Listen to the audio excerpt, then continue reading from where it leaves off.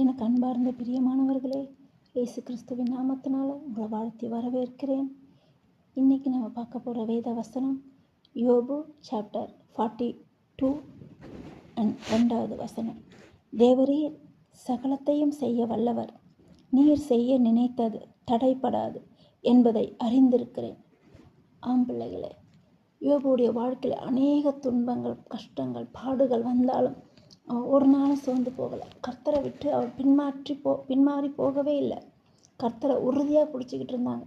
கர்த்தர் எனக்கு நன்மை செய்வார் என்ற விசுவாசத்தோடு யோபு காத்திருந்தார். அவர் விசுவாசத்தை கனம் பண்ணும்படியாக அவர் இரட்டிப்பாய் நன்மையால் கர்த்தர் ஆசீர்வதித்தார். அதே போல தான் நம்ம வாழ்க்கையிலும் கர்த்தரை நம்ம எந்த அளவுக்கு விசுவாசிக்கிறோமோ இரட்டிப்பான நன்மையை கர்த்தர் அவர் தர இன்றைக்கும் அவர் போதுமானவராய் நம்ம வாழ்க்கையில் இருக்கிறார். இந்த வசனத்தை நீங்களும் உறுதியாய் விசுவாசித்து ஜெபம் பண்ணுங்க. கர்த்தர் நிச்சயமாக உங்கள் வாழ்க்கையிலும் யோபுவை காட்டிலும் இரட்டிப்பான நன்மைகளை கர்த்தர் தருவார். ஜெபிக்கலாமா? ஏசப்பா, ஸ்தோத்திரம் ஆண்டவரே. இந்த வசனத்தை நாங்கள் கேட்டதுபடி ஆண்டவரே, எங்கள் வாழ்க்கையில் 2 மடங்கு ஆசீர்வாதத்தை கொடுக்க நீர் போதுமானவர் அப்பா.